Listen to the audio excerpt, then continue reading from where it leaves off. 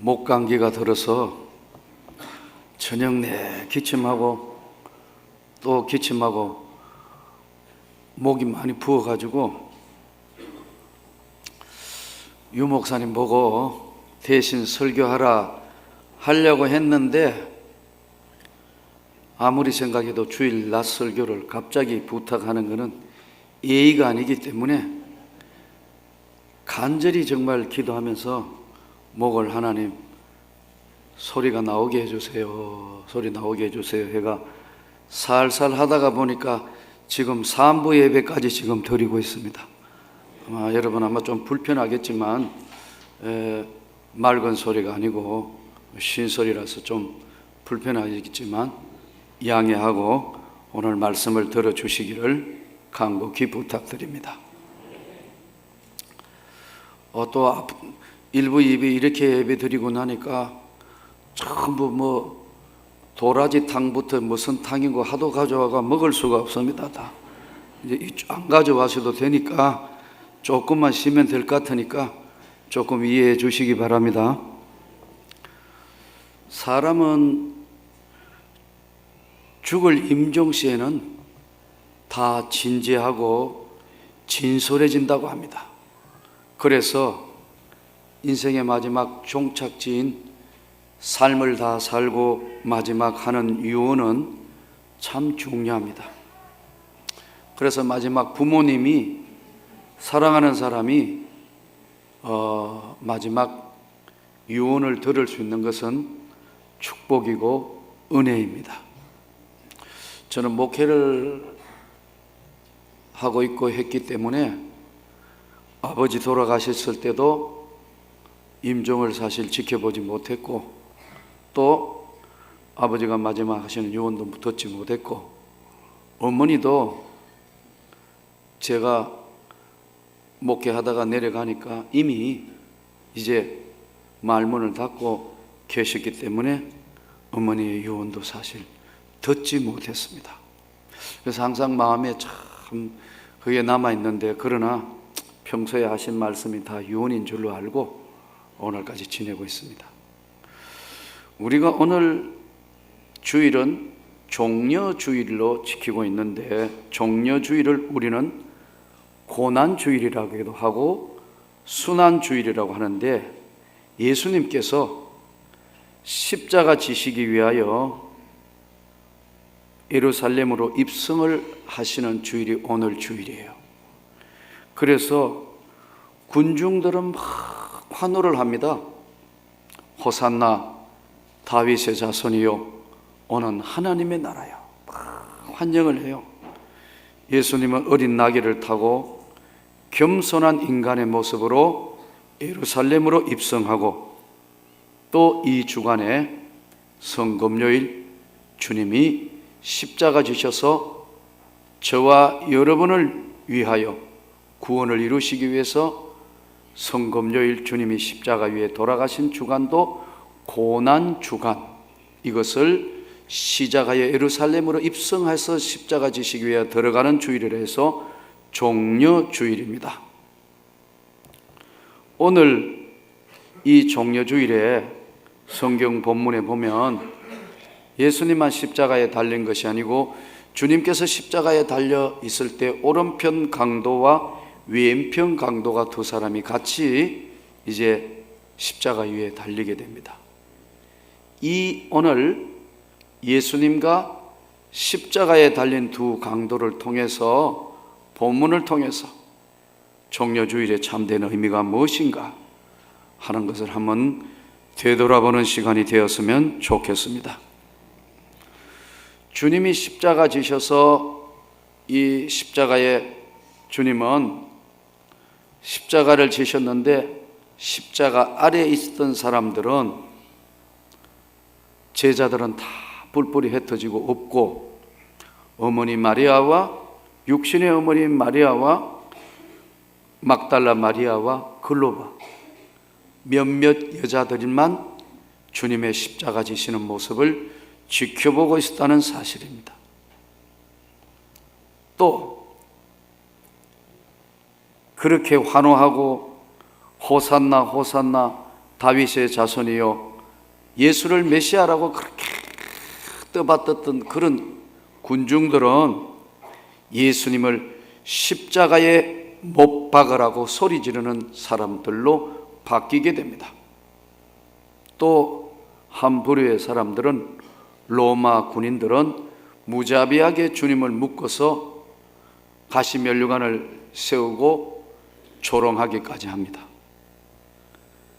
구경하는 구경꾼도 있습니다. 어떻게 되나 한번 보자 하고 구경하는 사람들도 있습니다. 오늘 십자가에 달린 주님이 오늘 우리를 위에서 십자가 위에서 내려다보고 있는 주님의 모습과 그 심정은 어떠했을까? 우리가 예수를 믿는다는 것은 십자가의 주님의 대속해 주심을 믿는다는 것입니다. 주님이 내 대신 십자가 지셔서 모든 죄를 사해 주셨다는 것을 믿는 것이 바로 십자가의 대속의 믿음입니다. 제3의 확신 속에서 영생 구원의 은혜가 우리에게 쏟아져 들어왔습니다. 저는 저와 여러분이 오늘 주님이 어떤 심정으로 우리를 보고 계시는가 하는 것들을 생각하면서 한 주간을 사시기를 원합니다. 또 주님이 어떤 심정으로 우리를 보시고 계시는가 하는 걸 생각하며 남은 생애를 살아드릴 수 있기를 바랍니다.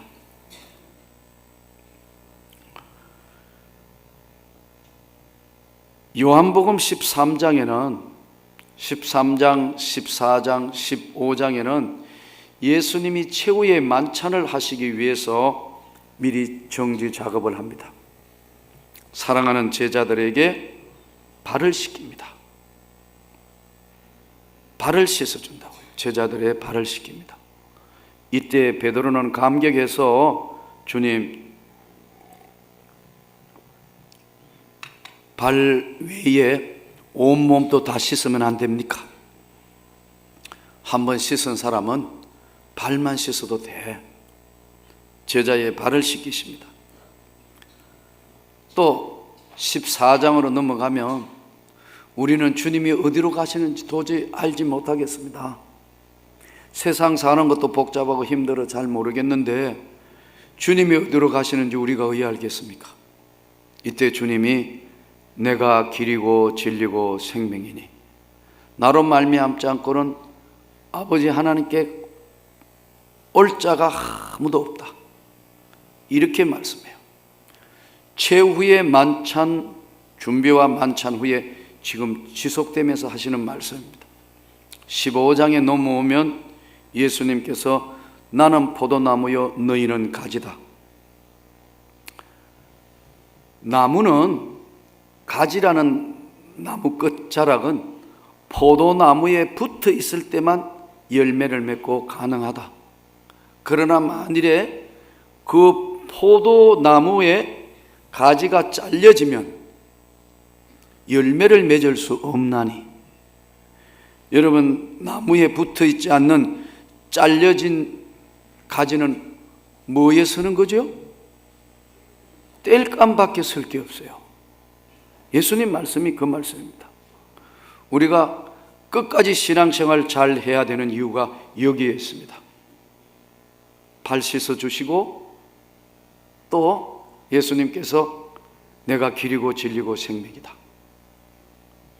그러시면서 예수님께서 나는 포도나무고 너희는 포도나무에 붙어있는 가지인데 만일 예수의 포도나무의 가지에 잘려지면 내 아버지는 농부라서 그 농부가 열매를 맺도록 나무를 잘 가꿀 텐데 가지가 잘려지면 좋아하는 사람이 누구겠느냐? 땔감 주스러 온 사람만 좋아하는 거 아니냐? 너희가 끝까지 예수의 나무에 붙어 있으라 는 주님의 최후 만찬 이후에 계속되는 말씀의 내용입니다. 우리가 오늘 예수를 믿는다는 것은 십자가의 보혈의 은혜에 그 주님의 놀라운 사랑을 내 뼈 가슴 속 깊은 곳에서부터 전인격적으로 주님의 은혜를 받아들이는 겁니다. 나는 여러분들 모두가 오늘 이 종료주일에 주님의 십자가의 그 보혈의 놀라운 은혜가 시대를 뛰어넘어서 여러분의 영혼에, 여러분의 삶에 구체적으로 십자가의 보혈의 은혜가 여러분에게 임하기를 축원합니다.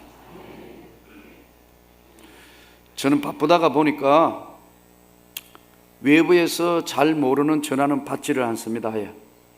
받으면 누군지 하면 이상한 전화들이 많이 오다가 보니까 사람을 골라서 오는지 여러분들은 스팸 전화가 안 오는지 모르는데 저에게는 참 많이 옵니다. 받지를 않습니다. 받으면 대부분 뭐 도와주세요, 무슨 단체입니다. 어떻게 전화번호를 알았는지 하도 오니까 모르는 전화가 뜨면 받지 않습니다. 특별한 경우 아니면 보고 아는 사람들만 거의 전화를 받습니다. 여러분 양해해 주시기를 바랍니다. 그거 다 받으면 목회를 할 수가 없어요. 많은 시간 다 뺏기기 때문에. 근데 전화번호를 대부분 이제 누구입니다 하면 전화를 받고 통화를 하죠. 근데 전혀 모르는 자매, 정확하게는 다른 교회에 있는 집사님이 쫙 이렇게 이제 제 전화에 문자가 왔습니다. 내용인즉 목사님은 저를 모르시지만 저는 목사님 제자 집사의 친구였습니다. 모태신앙이고 본인이 모태신앙인데 한 번도 나는 주님의 은혜에 십자가에 감격한다든가 참 예배에 정말 큰 은혜를 입은 적이 한 번도 없었습니다. 그런데 목사님 제자 친구를 보니까 너무나 기쁜 생활과 은혜의 생활을 하니까 이상하다. 이래서 대화를 하게 됐고 넌 어떻게 해서 그렇게 기쁨의 신앙생활을 하게 됐냐 하니까 내가 학교 다닐 때 어떤 선생님을 만났는데 거기서 나는 예수를 구주로 영접하게 되었고 참 이렇게 해서 난 십자가의 보혈의 은혜를 입은 주의 은혜를 입은 주님을 만나게 됐다. 인격적으로. 그래서 이제 이 친구의 이야기를 듣고 하다가 보니까 이제 저를 알게 됐고 교회를 알게 되어서 매주 지금 아마 우리 교회에 사이트에 들어와서 주일 예배 설교를 계속 들으시는 것 같아요. 그 집은 지금 포항으로 이사가서 4년째 되었다 하더라고요. 그러면서 그 내용의 핵심이 뭐냐?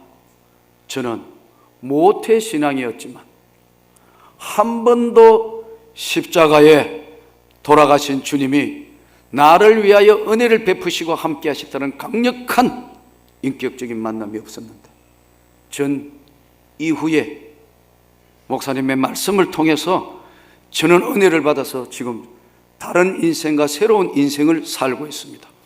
그런데요, 여러분들은 비디오를 보는 것도 아니고 말씀을 지금 계속해서 주일날 한 공간에 한 장소에서 이렇게 우리가 하나님 말씀을 들으며 예배를 드리는데도 한 번도 인격적으로 주님을 만나는 확고한 경험이 없다면 나는 오늘 이 말씀을 통해서 여러분들이 십자가의 주님이 무슨 생각을 하고 우리를 보고 계시는가를 한번 되돌아보면서 은혜 있기를 원합니다.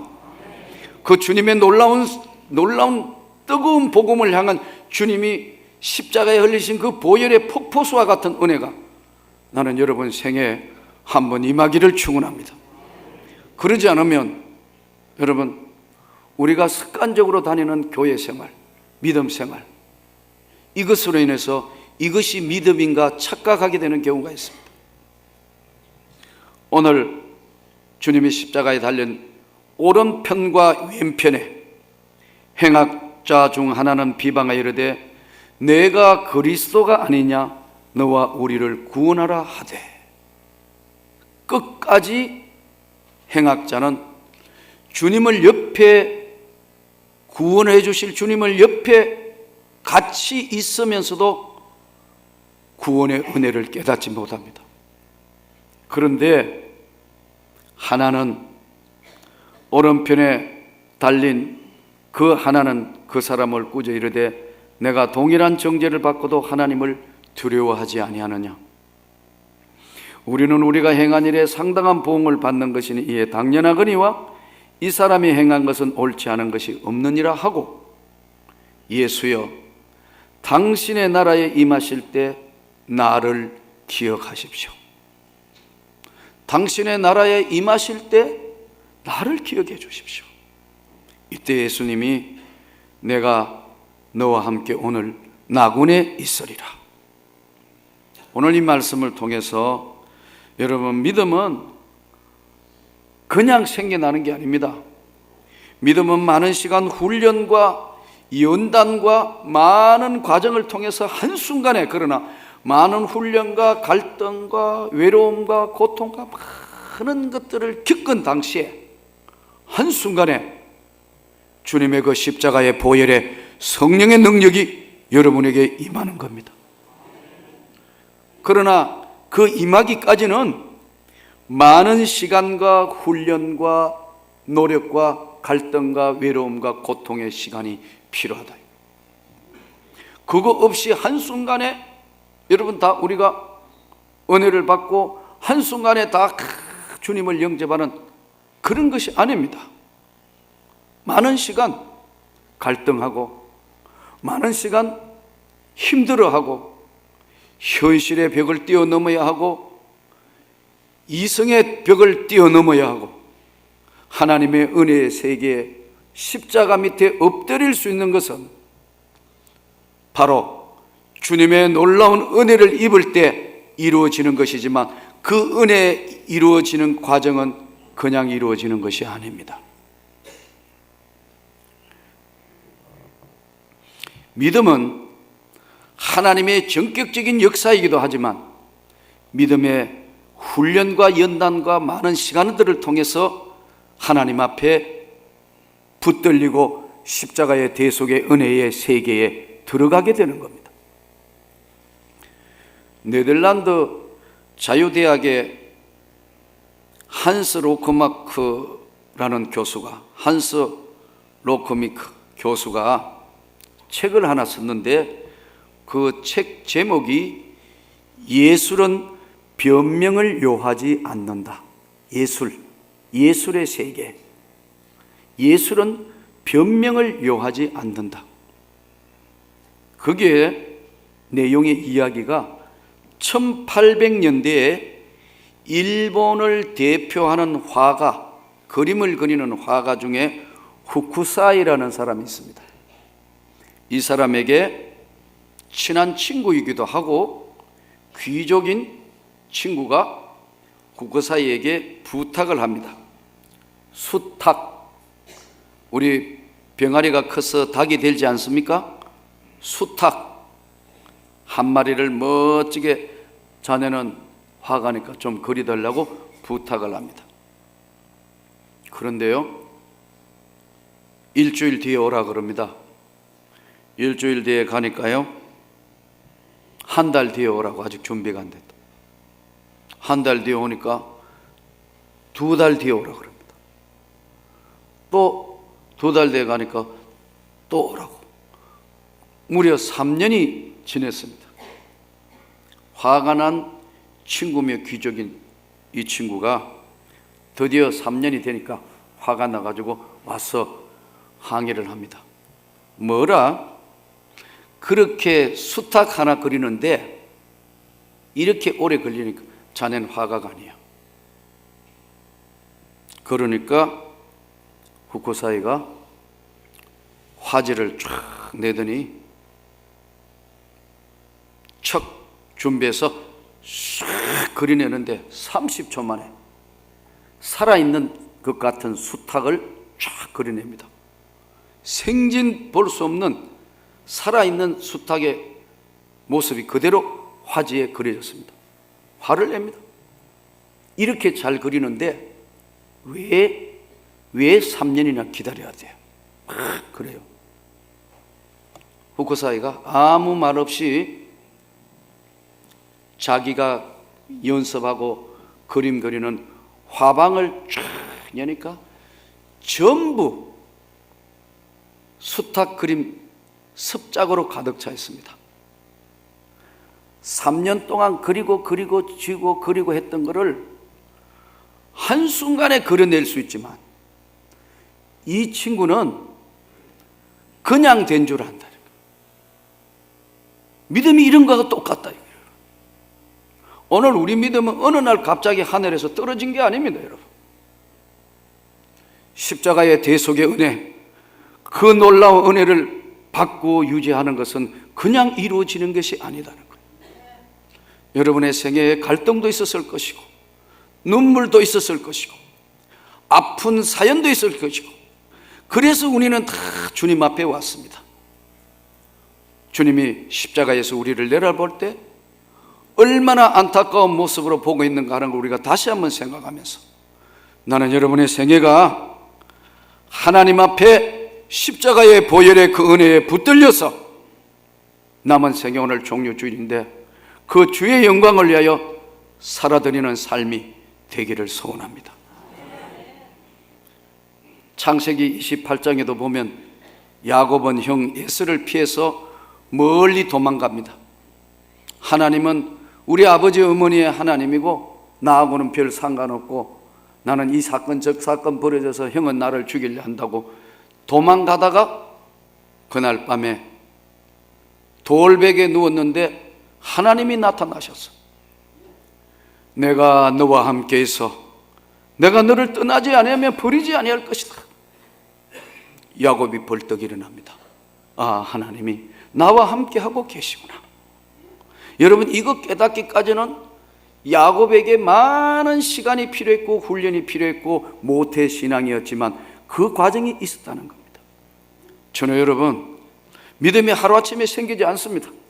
지금 갈등하고 있는 사람도 있고 믿음의 어려운 과정을 지금 통과하고 있는 사람도 있고, 그러지만 주님이 우리를 보고 계신다는 사실을 한시도 잊지 마시기를 바랍니다.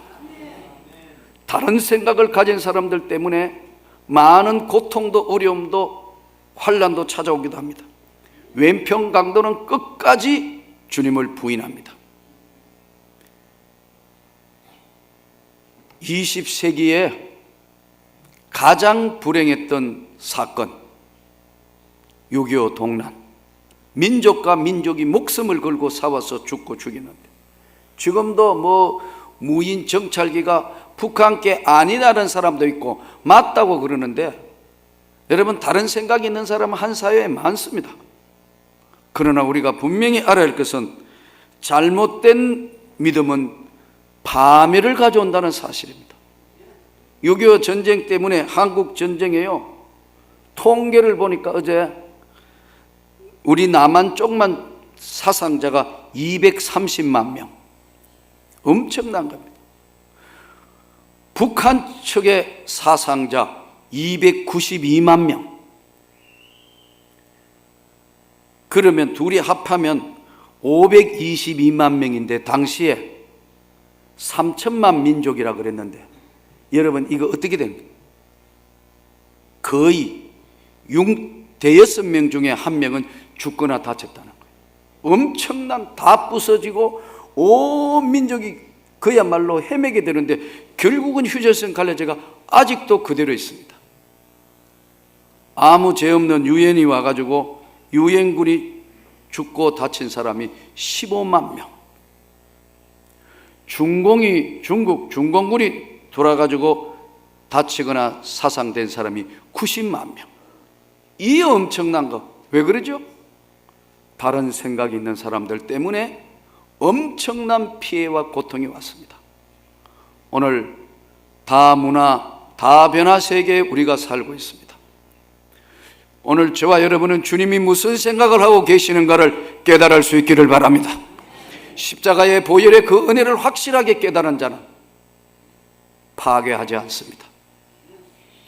십자가의 그 은혜에 확실하게 붙들린 사람은 주님의 사람으로 주님이 기억을 하십니다. 오늘 이 시대를 살면서 우리는 오늘 주님의 심정이 어떤 것인가? 한쪽 십자가 강도는 당신의 나라에 갈 때 나를 기억해 주십시오. 한쪽 강도는 끝까지 주님을 부인하는 겁니다. 오늘 이런 세대에 우리가 살면서 오늘 또 주님 앞에 이 한 주간, 고난 주간에 주님의 큰 은혜 입을 수 있도록 십자가의 보혈의 은혜 외에는 구원이 분명히 없다는 사실을 주님이 선포하시고 주님이 기다리고 계시기 때문에 저와 여러분이 남은 생애를 맡겨서 오직 그 십자가의 보혈의 은혜로만 구원을 받았고 주님이 나와 함께 계신다는 사실을 깨닫고 이 한 주간은 특별히 경건한 삶으로 주님께 영광 돌리는 저와 여러분이 될 수 있기를 주 예수 이름으로 축원합니다.